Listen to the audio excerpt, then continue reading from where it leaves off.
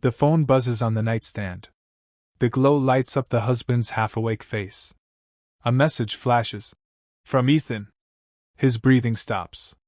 For the first few years, I thought I was the luckiest man alive.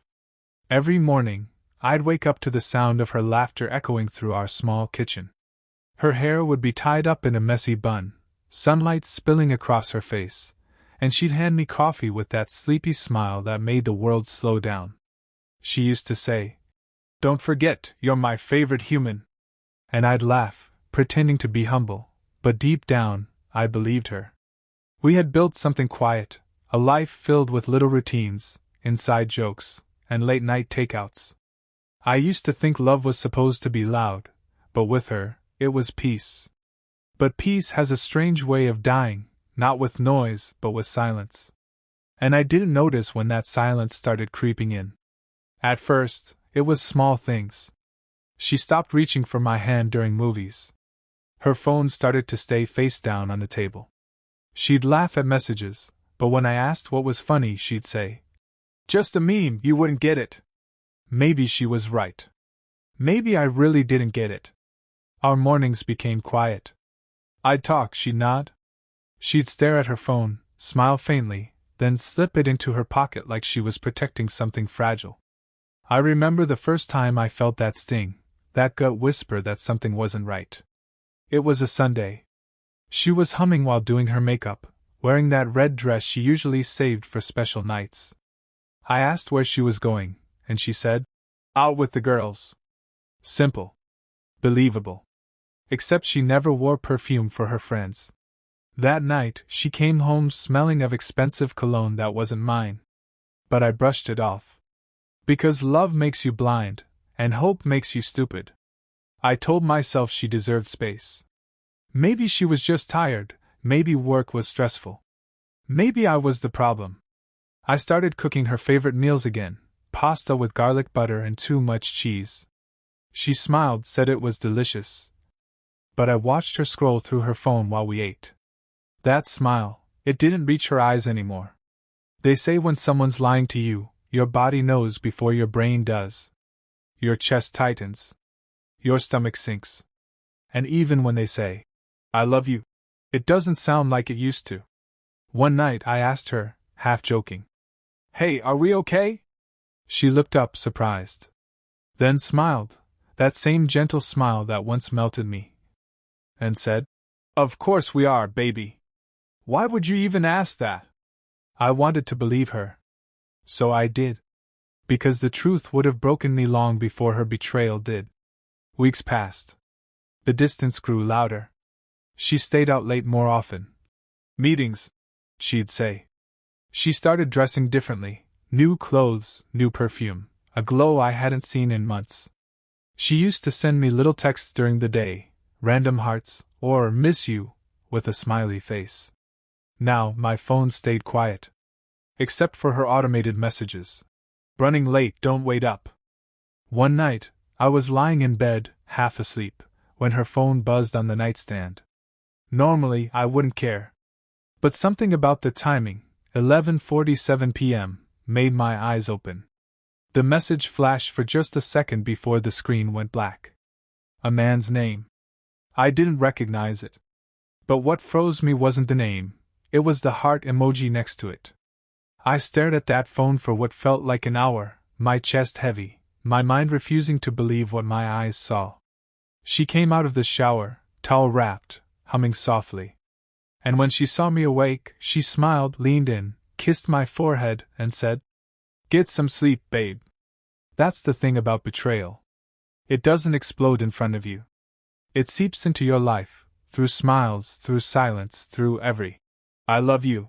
That doesn't sound right anymore. That night I couldn't sleep. Every buzz from her phone made my pulse spike.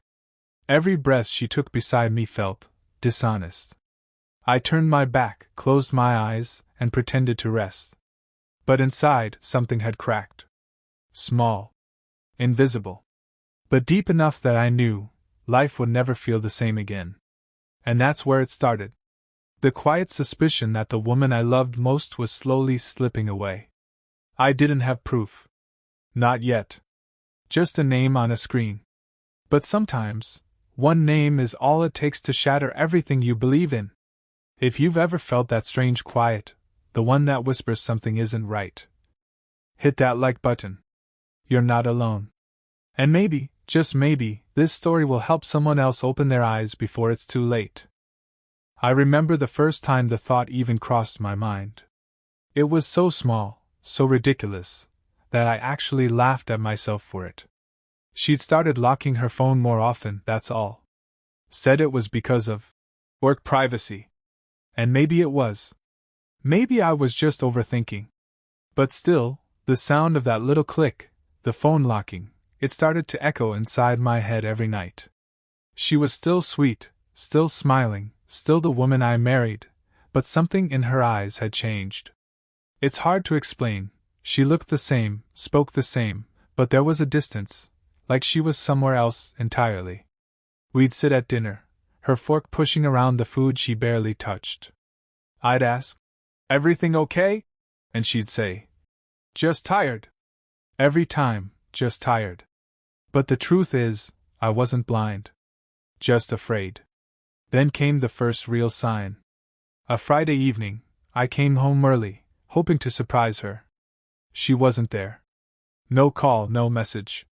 Just silence. When she finally walked in hours later, her hair was still wet, and her perfume was different. Expensive. Not the one I'd bought her. I said nothing. Just smiled, like an idiot pretending not to see. That night, when she fell asleep, I stared at her phone on the nightstand. My chest was tight, my hands shaking, but I didn't touch it. I wanted to trust her. I wanted to believe I was wrong. The next morning, I noticed something new, a name on her call log that wasn't saved, just a number. Too frequent to be random. Once at midnight. Once at 5 a.m. That was the moment I realized something was happening, and it was already too late. Days turned into weeks, and every small detail started feeling like a clue. A new dress. A sudden obsession with the gym. She'd started going for walks every evening, long ones. Her laughter on the phone was softer, different. Like she was trying not to wake someone sleeping next to her. I tried to confront her once. But she smiled, kissed my cheek, and said, "You're being paranoid, honey." Maybe she was right. Or maybe I was finally waking up. One night, while she was in the shower, her phone buzzed again. The name flashed on the screen, Ethan Redhart. My stomach dropped. My world, in that single heartbeat, turned upside down. But I didn't open the message. I just stared at it, numb. My reflection in the black screen looked like someone else. Broken, stupid, betrayed, but still pretending everything was fine. That night, she fell asleep beside me, her head resting on my shoulder like she always did.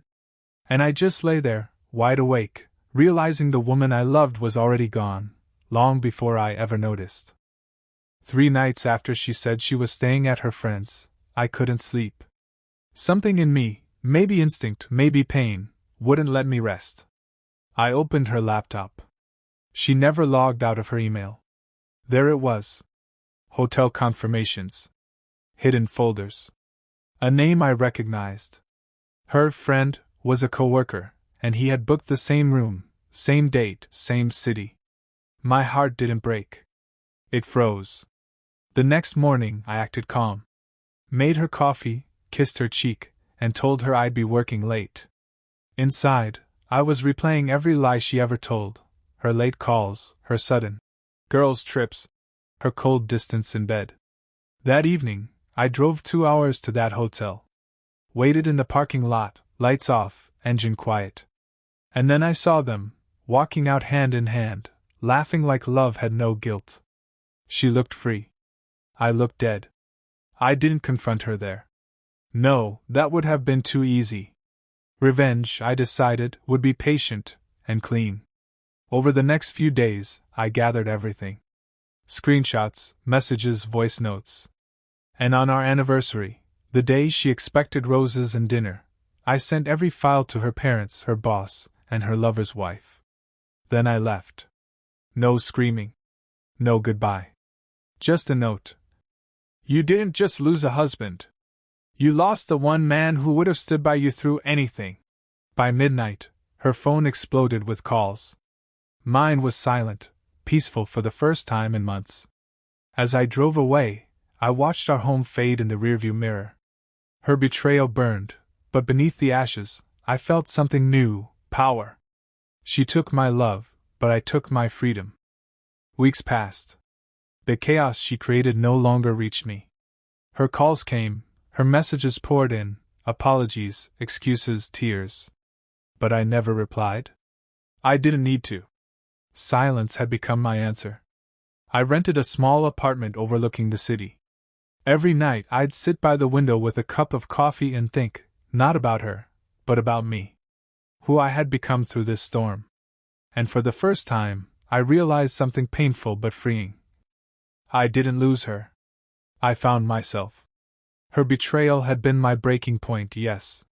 But it was also the moment I stopped living for someone who didn't value my soul.